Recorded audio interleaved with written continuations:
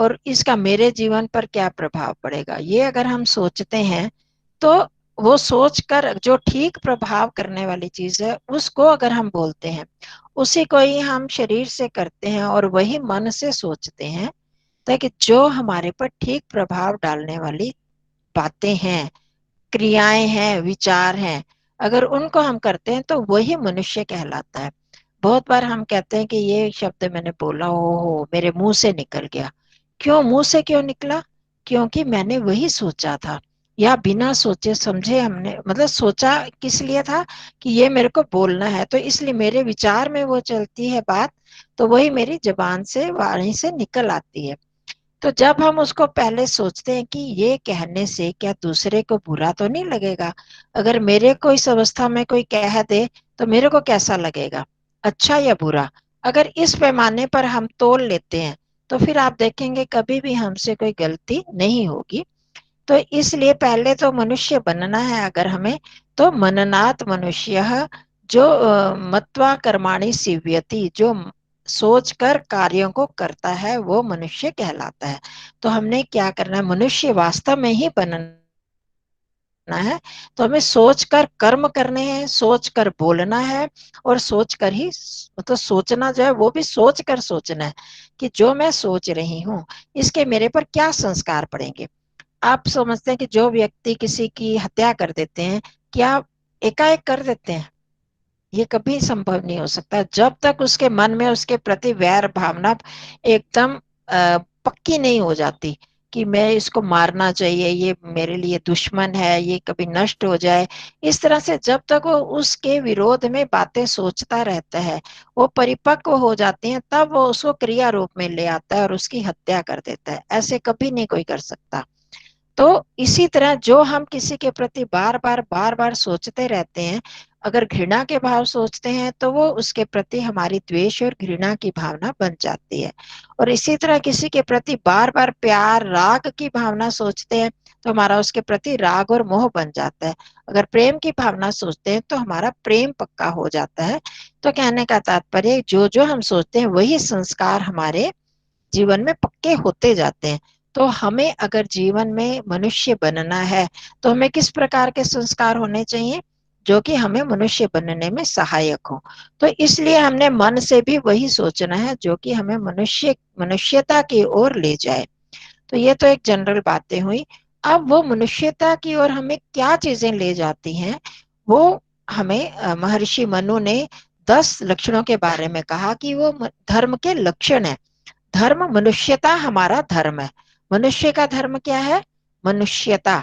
तो उसके क्या लक्षण है? धृति, क्षमा, दमो, अस्तेयम, शौचम, इंद्रिय निग्रह, धी, विद्या, सत्यम, अक्रोधो, दशकम धर्म लक्षणम। ये 10 लक्षण बताए। धृति मतलब धैर्य रखना। इसकी व्याख्या फिर आगे करेंगे। अभी एक जितनी हो पाएगी 15 मिनट तक, 5-15 तक उतना करेंगे। तो सबसे पहले धृति मतलब धैर्य, दूसरा आ गया क्षमा, तीसरा दम, दम मतलब मन पर कंट्रोल करना, अस्तेय चोरी ना करना, ना ऊपर से, ना ही मन से, और ना ही वचन से। किसी भी तरह से चोरी, हम बहुत बार कहते हैं कि हम कोई चोर है हम जो चोरी करें। मन से भी हम बहुत बार चीजें सोचते हैं, उसकी जब व्याख्या होगी तब वहां करेंगे। अस्तेयम शौचम, शौचम मतलब पवित्रता, ऊपर से भी पवित्र रहना और मन से भी पवित्र रहना। इंद्रिय निग्रह, अपने इंद्रियों पर कंट्रोल करना। इंद्रिय निग्रह। धी, धी हो गया हमारी बुद्धि, मतलब बुद्धि के लिए जो चीजें आवश्यक हैं, जो विचार अच्छे हैं, हमारी बुद्धि को सात्विक बनाने के लिए, बुद्धि को अच्छा करने के लिए, जो विचार, जो कार्य, जो खान पान अच्छा है उसका आचरण करना, वो धी में आते। धी, विद्या, विद्या मतलब सत्य ज्ञान, यथार्थ ज्ञान प्राप्त करना। अगर हम इस धर्म के मार्ग पर चल रहे हैं या कहीं भी चल रहे हैं तो हमें हर चीज का यथार्थ ज्ञान होना चाहिए। विद्या, सत्यम, सत्य बोलना, सत्य मानना और सत्य करना। और उसके बाद अक्रोध, गुस्सा नहीं करना। ये जो चीजें हैं ये धर्म के 10 लक्षण महर्षि मनु ने बताए। और ये हम अगर सोचते हैं तो अगर ध्यान से हम सोचे तो ये सिर्फ हमें इस अध्यात्म मार्ग पर चलने के लिए नहीं आवश्यक कि हम जो सिर्फ परमात्मा की भक्ति करना चाहते हैं या धार्मिक कहलाना चाहते हैं, बाबा बनना चाहते हैं, सन्यासी बनना चाहते हैं, उनके लिए जरूरी है। उनके लिए तो है ही जरूरी, ये सांसारिक लोगों के लिए भी बहुत आवश्यक है। अगर हम चाहते हैं कि हमारा घर सुख पूर्वक चले, हमारी गृहस्थी ठीक तरह से चले, हमारा लोगों के साथ व्यवहार अच्छा चले, तो अगर इन 10 चीजों का हम पालन करते हैं तो सांसारिक दृष्टि से भी ये बहुत उपयोगी लक्षण है, और आध्यात्मिक दृष्टि से तो है ही। तो धृति, सबसे पहले धैर्य। आप देखोगे कि हमारे घरों में बहुत सारी लड़ाइयाँ, झगड़े, बहसबाजी या मन मुटाव क्यों होता है? सबसे पहली चीज आप देखोगे, हम लोगों में धैर्य नहीं होता। धैर्य की कमी होने में ये चीज उत्पन्न हो जाती है, घर में अशांति और कलह होती है। एक व्यक्ति ने कुछ कहा और मेरे में धैर्य नहीं है उसको सुनने का, तो मैंने आधी बात सुनी, आधी नहीं सुनी, या मैं कुछ कह रही हूँ, दूसरे में धैर्य नहीं है, तो उसने आधी बात सुनी, तो हम वहीं पर उखड़ जाते हैं, वहीं हमारा मन उचाट हो जाता है, अशांत हो जाता है, उसने मेरी बात क्यों नहीं सुनी, मैंने उसकी बात क्यों नहीं सुनी, और इसमें लड़ाई झगड़े हो जाते हैं। और दूसरा कोई बात कह रहा है, आधी सुन के आधी हमने करी, तो क्या होता है, आधी सुनने के बाद हम दूसरे के पूरे मतलब को समझ ही नहीं पाते, कर नहीं पाते, और उससे क्या होता है, फिर घर में तरह तरह की लड़ाइयां झगड़े होते हैं। एक बच्चा अगर आए घर में आपका, और वो कह रहा है मेरे को खाना, भूख लगी है, खाना दो। आप कहते हो ठीक है, अभी 5 मिनट ठहरो, मैं बनाती हूँ। बना रहे हैं खाना, खाना बनाते बनाते 5-10 मिनट तो लगेंगे ना।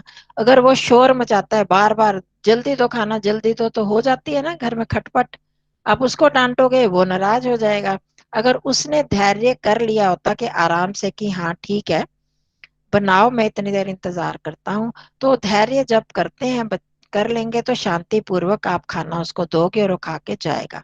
तो अगर एक ने किया, और हम लोग जो हैं, बड़े लोग, हमने जिन्होंने सीखा हुआ है कि धृति, क्षमा, इन चीजों का पालन करना है, हम ही धैर्य कर लेते हैं, दूसरा बोलता रहे, तो भी घर में शांति होगी। तो इसलिए ये जितने भी लक्षण है, ये हमको शांति, संसारिक दृष्टि से भी शांत बनाते हैं, और आध्यात्मिक दृष्टि से भी। हमारे मन में भी धैर्य रहेगा, अगर धैर्य पूर्वक हम समाजों में जाते हैं, प्रवचन सुनते हैं, धैर्य पूर्वक सुनते हैं, तो क्या होता है, हम बड़े आराम से उस चीज को ग्रहण कर पाते हैं। हमारे ऊपर से तो हम कहते हैं सुन रहे हैं, और मन में हमारा धैर्य नहीं होता, इधर उधर की बातें सोच रहे होते हैं, कि नहीं, जल्दी उठे, जल्दी खत्म करें, कोई चीज पसंद नहीं आ रही हमको, ठीक तरह बोल नहीं रहे, तो जल्दी घर जाना है, ये करना है। वहां भी अगर हमारा धैर्य नहीं होता, तो सुनते हुए भी हम नहीं सुन पाते। तो इस तरह से ये जो लक्षण है, ये हमें मनुष्यता की ओर ले जाते हैं, शांति की ओर ले जाते हैं, और अध्यात्म की ओर, ध्यान की तरफ हमारी वृत्ति को बढ़ाते हैं।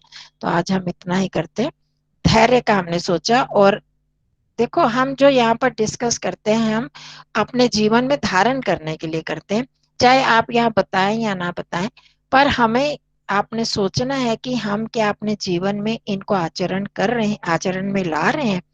यम नियमों के बारे में भी बार बार हम कहते हैं। तो कोई भी एक चीज ले लीजिए अपने एक सप्ताह में, इस सप्ताह मैंने इस चीज को अपनाना है, धैर्य को अपनाना है, अहिंसा को अपनाना है, सत्य को अपनाना है, अस्तेय को अपनाना है। जो भी एक चीज हम कर लें, धारण करते जाएंगे, तो धीरे धीरे दूसरी चीजें भी हमारे साथ जुड़ती जाती हैं। तो हमने विश्वानी देव मंत्र में भी इस चीज को लिया था, कि हम ईश्वर ने कहा इस मंत्र में भी, विश्वानी विश्वानी दुरितानी परासु, जितने भी दुरित हैं वो दूर हों, यद भद्रम।